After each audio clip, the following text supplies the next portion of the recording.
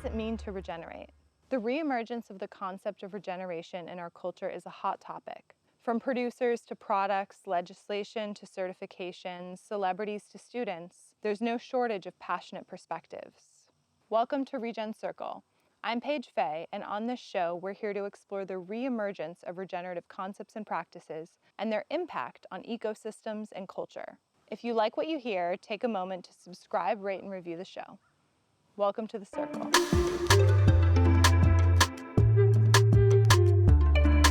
Stephen, welcome to Regen Circle. I'm so excited to have you on the show today.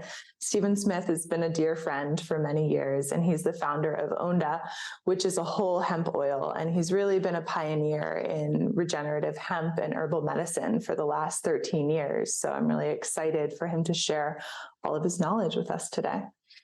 Thanks for having me.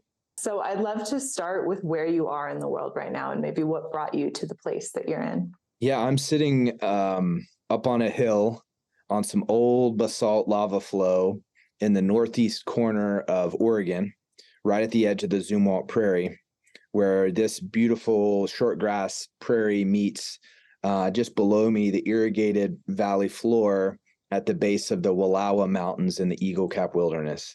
So I can see Idaho to my east, and Washington is just about an hour drive through the canyon to my north. So super remote, rural, beautiful, resource-rich part of the world that I call home. Beautiful. And what brought you to this remote place in this land? Well, I used to work for a biodynamic farm out in western Colorado, Jackrabbit Hill Farm, and I was always drawn to that little microclimate, that kind of seam where the desert was meeting the alpine of the, western slope of the Rockies. And I kind of thought I would end up out there. They grow great fruit, some good wines, actually, a couple of folks. But I had this dream to try to find land and figure out a way to pay for it through agritourism, because I had, hosted events and education and stuff like that on agricultural land as a way for farms and ranches to diversify their revenue. And so when I started kind of voicing this idea, I had a buddy, a friend of mine from North Carolina, who wanted in, and then I had a friend in Idaho, and she was interested. And my dad had ridden his motorcycle through this part of Oregon and brought it up, and based on the criteria, right? Like remote, good water, agricultural opportunity, just some basic, great community. There were things I was really interested in.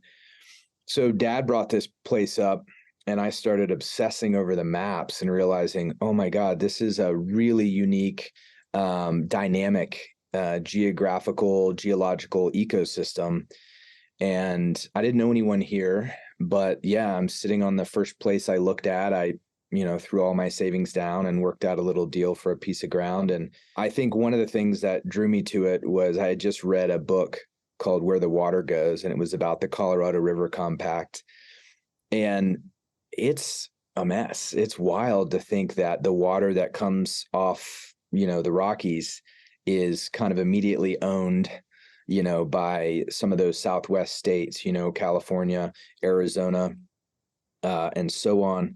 And so the water that drains down from the Rockies, goes out to a lot of those places. And then I think it was like the 30s when they made that deal. They made that deal on one of the wettest years on history, and they allocated like cubic miles of water to all these states, but not a percentage based on rainfall.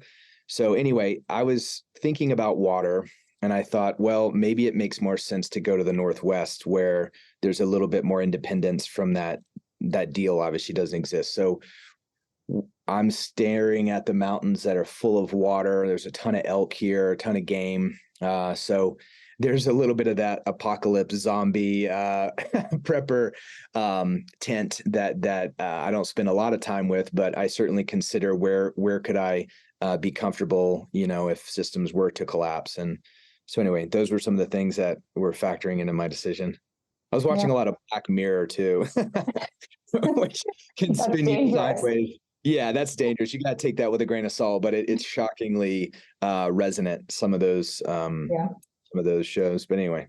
Yeah, definitely. Well, it's beautiful you found yourself here. And I'd love for you to talk a little bit about Onda and your hemp oil and how you grow it. I remember a couple of years ago, we were talking, or maybe in the last year, and you were saying, we've learned a lot over the years and how we grow the hemp and how that's, altered and how we do it for production and how we do it in relationship to the land. And so I'd love to just hear about how you grow your hemp and what that has evolved into over the years.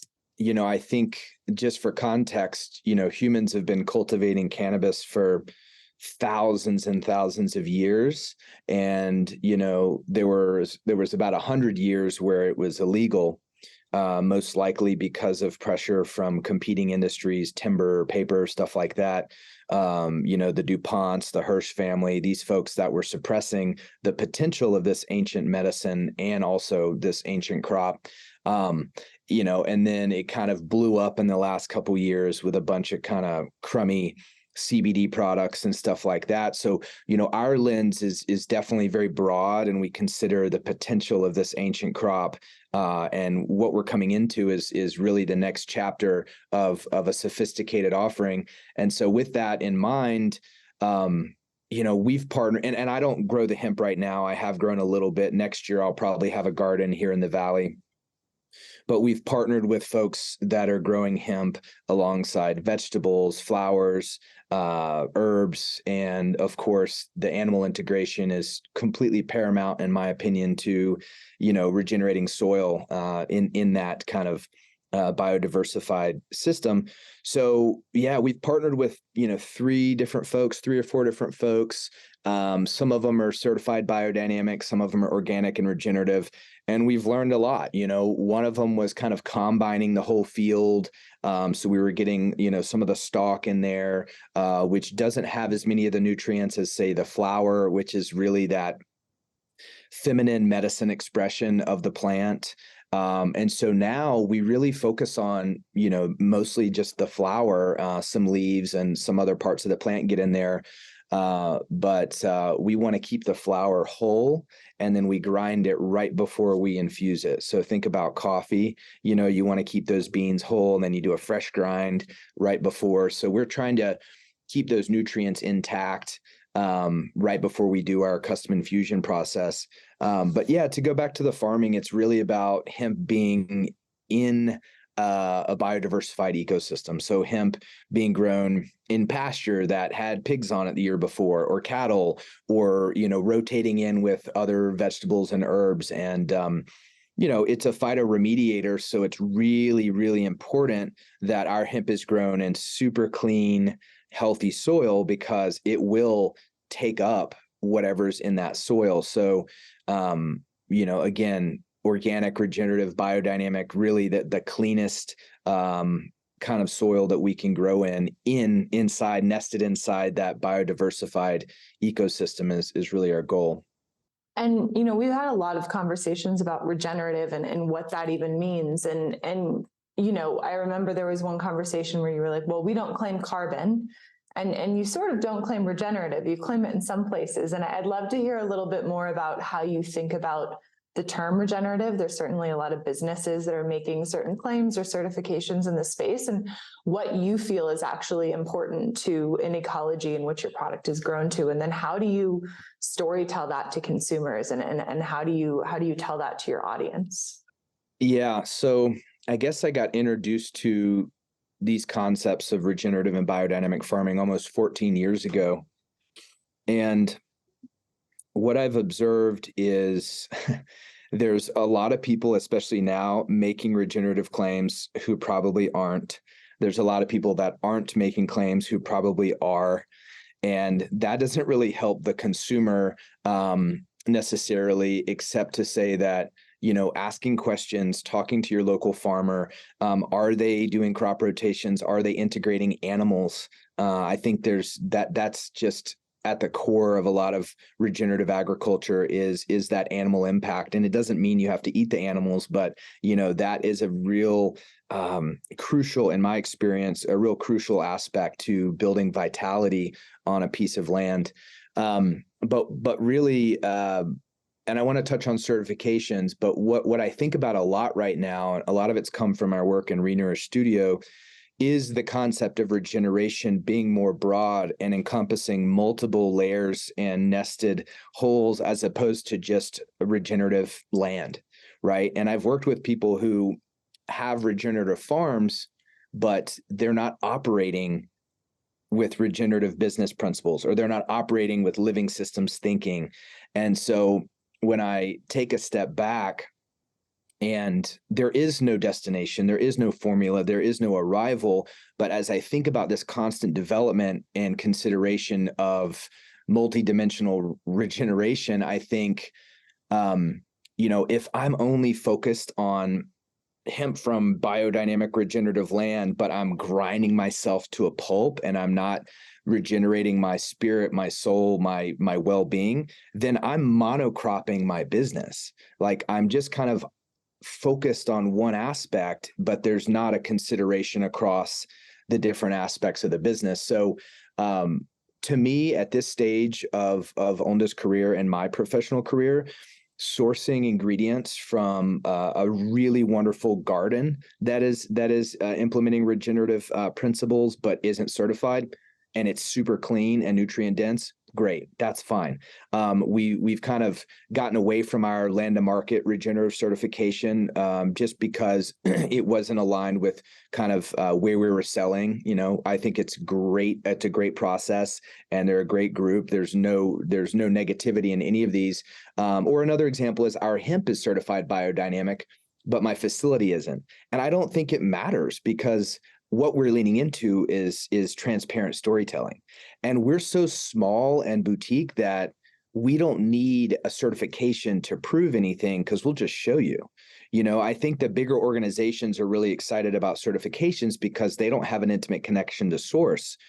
We do. So we'll take you through Instagram, through videos, or come visit, into our world.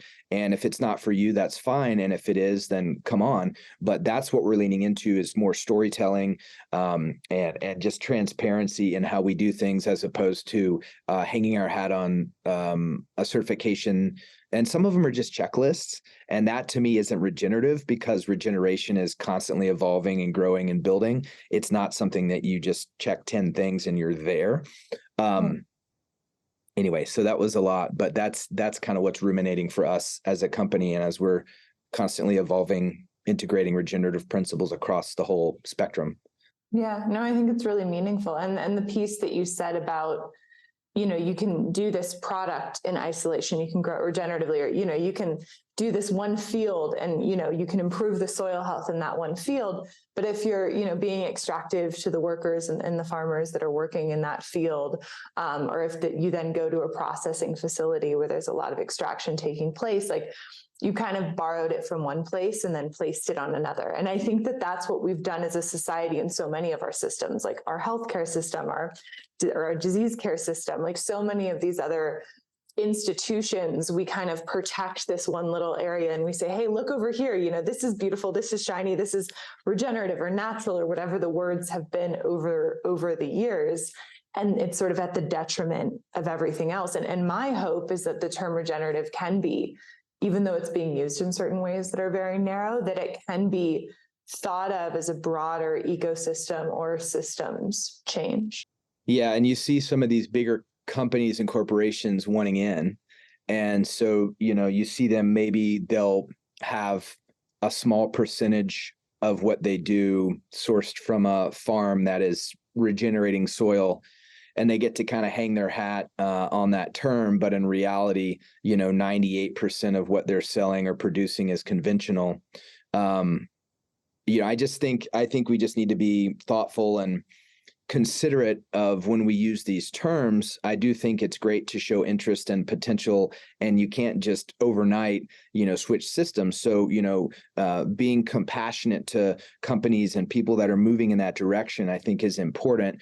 But, words mean things. And if you're going to claim regenerative, I think it's important to back it up or to have a conversation. about it, because we do want it to be inclusive, but at the same time, I think we want to hold the bar really high for what is ultimately a collective opportunity. It's not about Onda. It's not about just us as individuals. It's about, not letting things degrade like the term natural or sustainable or organic has, but really trying to figure out how we can, as a community, a broad community, keep the bar high. Yeah, and that's where I've landed too, is it's on a continuum. And if you're working on an iterative process, even if you're starting all the way back here and it's pretty minimal, but you're communicating what that looks like and you're looking at the landscape of your business every year and seeking to improve it, then I think that's where we can all find common ground. I'd love to step back a little bit and talk a bit about cannabis and hemp as a whole, and sort of the, I have a dear friend who's worked in cannabis for many years, and sort of how the plant has been maybe greatly underutilized over the last decades due to its stigma, and really how you view hemp as herbal medicine and what you're doing to destigmatize that space. Yeah, it's so fascinating because if you spend time around the plant, especially in the fall when it's flowering and it's becoming super expressive, there's a very strong, sophisticated energy to the plant. And yet I see in the last couple of years this just super low brow, kind of low vibration junky products, gas station CBD isolates, and just the bro culture around getting high. And I don't want to be an elitist, but I also want to create a space for what is, in my opinion, a real sophisticated, super complex, dynamic plant. I mean, I think it's a super ingredient for sure. And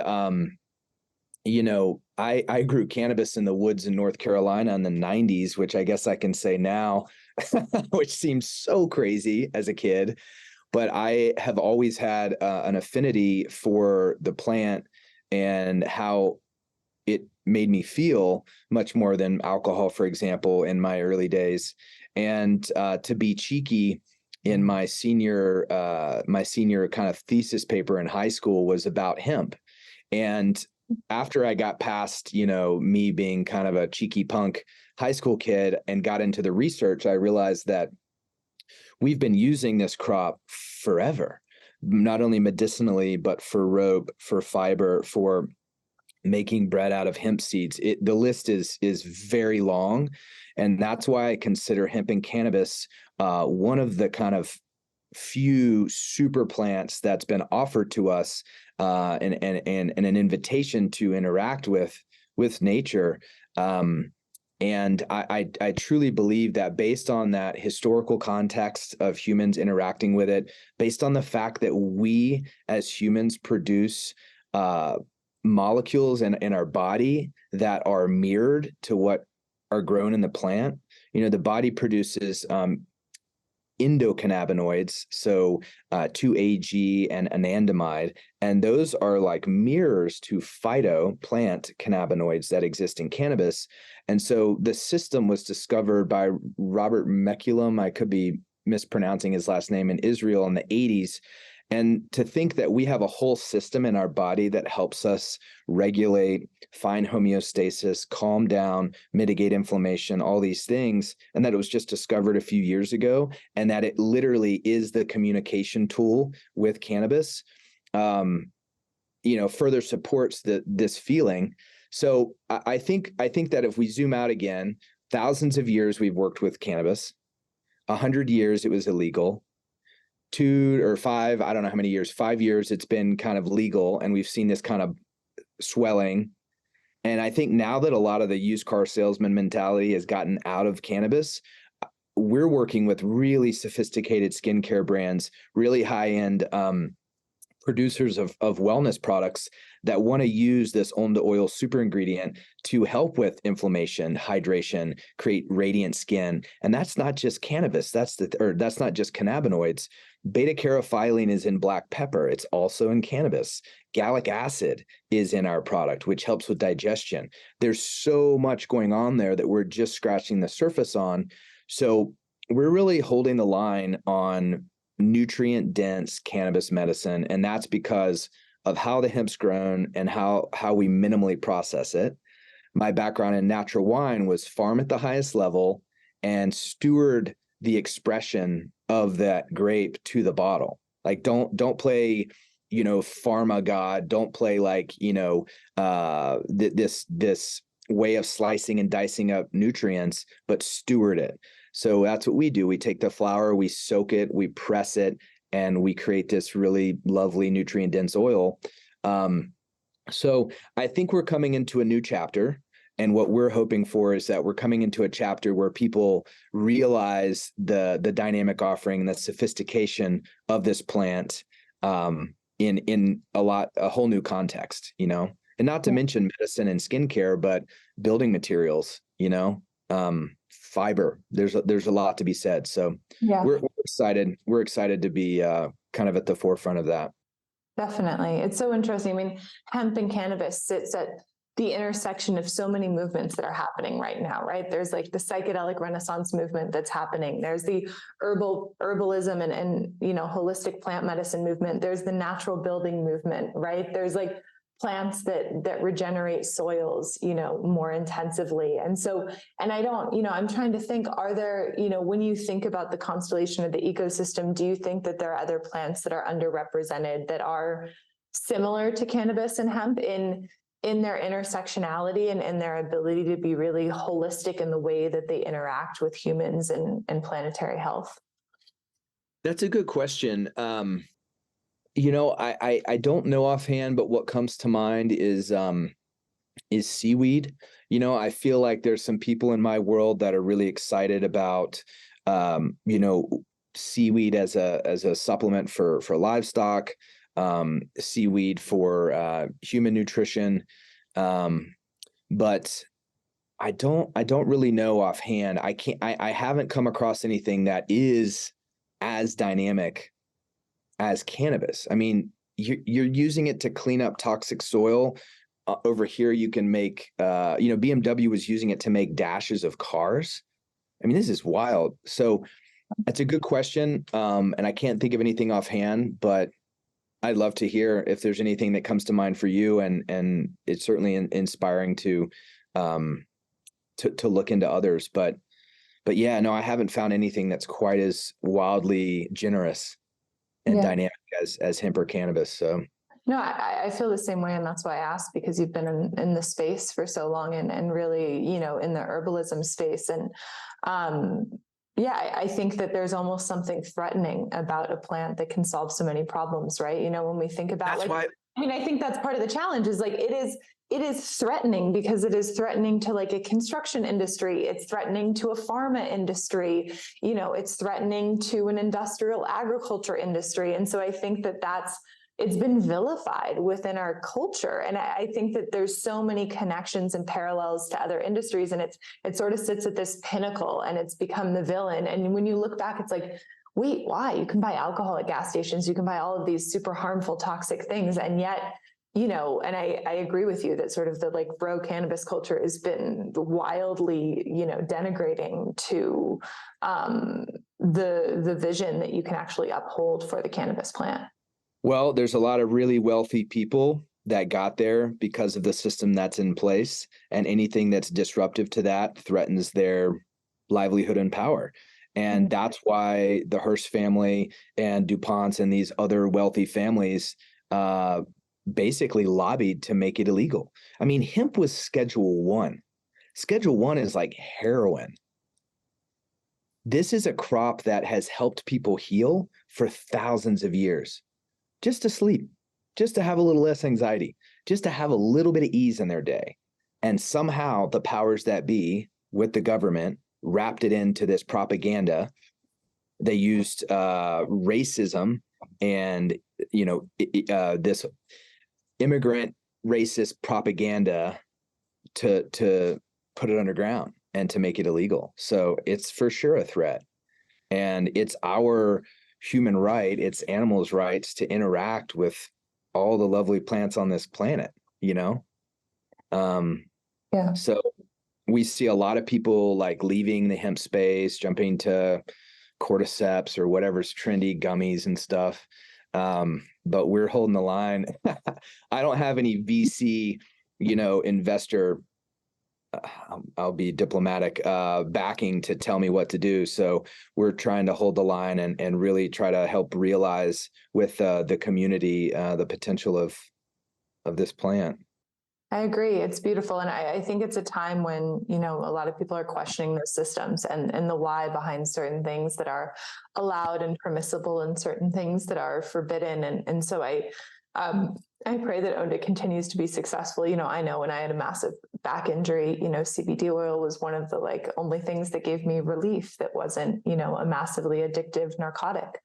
And so, I think that in a culture where addiction is so prevalent, there's really an opportunity to view cannabis as a different kind of herbalistic and a healing tool. Yeah. And THC and also CBD have gotten so much focus as the active ingredients, but I make a raw hemp flower infusion that's no THC and has all these other benefits. So I think I would encourage us all to take an open mind to, all the offerings there. I mean, there's a lot more going on than just kind of what we've been told. So I'd love for you to talk a little bit more about how Onda is made. I always see these beautiful photos of you soaking hemp oil in giant jars of, I think, calendula flowers and beautiful other things like that. How is Onda made, and how are some of your different product lines that, uniquely created? Yeah. So for context, I think a lot of cannabis products are made by using what I consider, some are more gentle and less extractive than others. But, on one end, you have people using like butane, hexane, really nasty solvents to get off, a narrow array of nutrients. So THC, like making dabs or stuff like that, resins. And then on the far other end of the spectrum, you have us grinding flour and soaking it in oil. So, you had people coming into the cannabis space from the THC, the dabs, the extractions, the CO2, the alcohol. Some of the CO2 and alcohol stuff's pretty safe, but I think it's just not honoring the real breadth of the nutrient profile. So what we do, we have a custom made, it's a proprietary infusion percolating machine, and it's tiny, right? It's like, me and CJ down in town run it. We basically put the ground flour in, and then we're using organic MCT oil from coconut, or I have a client that I make an olive oil infusion for. We've experimented with avocado oil, and I'm going to do a run with jojoba. So if you think about, different plants have constituents that are friendly with different types of materials. So you could put mint in water, and that's a tea, right? So that those mint oils and whatnot could be water soluble, and they work there. Mushrooms, for example, are oleophobic, so they don't work with oil, but they work with alcohol. Cannabinoids are aquaphobic, so they would not work in water, but they work in oil or alcohol. So we choose oil. So the oils and the nutrients come together, and we soak it, and we let them at kind of a, it's kind of warm, but it's not hot at all. We let those molecules and nutrients and everything kind of marry. We don't rush it, and then we press it, and then we have a dark green oil. And that's the gist of it, right? Whereas most people are using extraction methods that are faster, more efficient, but they leave a lot on the table, right? They don't have chlorophyll, they don't have gallic acid, polyphenols, fatty acids, plant sterols, all this geeky stuff that we believe works better. And that's why people say Onda oil is more effective. And our thinking there is because we don't screw it up on the way to the bottle. We keep the whole orchestra all the whole band is there as opposed to just, a couple of members, or where the fresh squeezed orange juice and other brands are emergency powder. And I've actually seen some other brands rip that off because I've been saying that for almost 6 years now. But that's the gist of it, is that, if you can have fresh squeezed orange juice, you want that, or do you want emergency powder? And so our percolating infusion process retains all those nutrients. And, how can like a consumer that's looking, whether they're looking at cannabis or a CBD oil or tincture, is this space regulated in terms of communication? How can they know the process in which it's made and the different, maybe the co-ingredients in the processing? Is there any way for them to discern that? It's not very heavily regulated. Most like cannabis products, like I went into a dispensary in California recently, and there's not a lot of call out as to how they process it. And I think, it does a disservice to the customer, but also it could be confusing if they don't really have the knowledge. Anything that's an extract to me is, could work, is fine, but it's just generally a narrower band of nutrients. So if it says extract, then it's probably a narrower slice. There's really not a lot of people taking this herbalist approach that we take, and that's why it's kind of its own thing. We call it Onda oil. We don't even talk about CBD because that's just a part of it. I do think that live rosin, that's a really interesting way to do it too. And that's something that, we could experiment at some point, but a live rosin is basically just pressing it. And so you get some of the resin off of the plant by pressing it, but not using a solvent. So that's cool. Like if I look for gummies or something, if I want edibles, I would look for live rosin. But yeah, there's not a lot. I will say, if you're in kind of the THC side of the cannabis world, Sun and Earth is a really nice certification. I do think that, if you're looking for cannabis, the stuff that's grown outside under the sun is a great differentiator, right? If it's flower or if it's a processed. So Sun and Earth is a really awesome certification, kind of on that THC cannabis side. But yeah, we're kind of in a funky spot where we're making an ingredient for skincare that happens to be from cannabis, but it ends up going into products that aren't really focused on being cannabis products. You know what I mean? Yeah. So we're experimenting with that kind of unique path, as opposed to just we've never sold in dispensaries. We've never really gone into that world. We've always focused on the herbalist skincare realm. It just so happens that the super plant we use is hemp. And hemp is cannabis, by the way. So that's also a little misleading. No, I think it's smart. I mean, there's so many skincare companies that are leading toward a more plant-forward approach. I mean, I remember I fell in love with Tata Harper years ago, and she was one of the first skincare lines to sort of like grow from her farm in Vermont. And there's a lot. You're seeing so many more skincare brands out there that are taking a more holistic herbalism approach, and it also sort of shields you a little bit from some of the demonification of cannabis, because it's in a skincare, you're, consuming it through the skin, which can be equally as powerful, but has sort of a different context to it. Yeah. And I want to call out, like, we've got some great partners. For example, Flamingo Estate in Los Angeles. They're so bold in their sourcing, and their quality of products is so high that they've been just full speed ahead with us, making a custom Onda oil for some of their skincare products, because you see the benefits. It just drops redness, it helps calm the skin.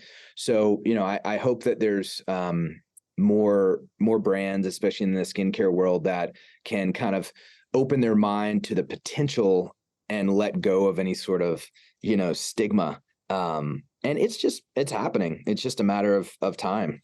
Definitely. Yeah. So what's on the horizon for Onda? What are you focused on in the coming months and years? Well, I need to go harvest more calendula today. So that's super near term. And that was the other thing. Yeah. So our friends here in the Valley grow great vegetables, like the blackest soil, just big, beautiful vegetables and flowers. And so I go harvest calendula from them, and then I just do individual infusions, which it's the same thing as what we do with the hemp. It's just I'm doing the calendula in jars, not in the stainless steel tank. But yeah, continuing to promote our skincare products, almost just to show what's possible. And really the phrase for me is divine focus, really focusing on partnerships with progressive high-end skincare brands to produce this regenerative super ingredient. So as I get more into the farming, as I lean more into the production, selling B2B is really a great way to put our energy while still maintaining the Onda brand. I'm going to speak and present at a spa conference, Green Spa Network, Monday through Wednesday of next week. So that'll be fun to take, our regenerative wellness offering to the spa world, so that they can kind of experience or get kind of a seat at the table at the regenerative movement by integrating Onda oil finished products into treatments, but also Onda oil super ingredient into some of the other brands' products. Because at the end of the day, regeneration happens on a personal level too. And that's why a lot of people go to spas, I think, is to regenerate themselves. So there's a lot of parallels there. And then going to the Biodynamic conference in November in Colorado, speaking on a panel there about biodynamic products. But yeah, I think just focusing on continuing to learn, build community, grow more hemp and calendula next year, and focus on, getting the super ingredient out to more people.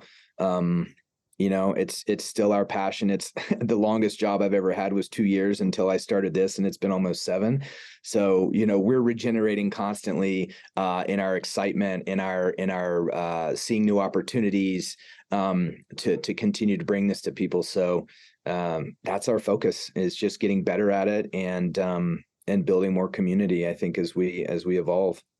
Fantastic. We'll be sure to link Onda and all of your products in the show notes, and maybe offer a little offering for our listeners to be able to try out the product if they haven't. I'd love to end how I end most of the interviews, which is, what is your definition of regeneration? Oh, God. I will be concise. I should have thought of that. I think it is kind of consciously, leaving something better than you found it. Okay. I could extrapolate, but Yeah. whether that's improving how we interact as humans, whether that's, building vitality in our bodies, restoring, degraded soil, regeneration.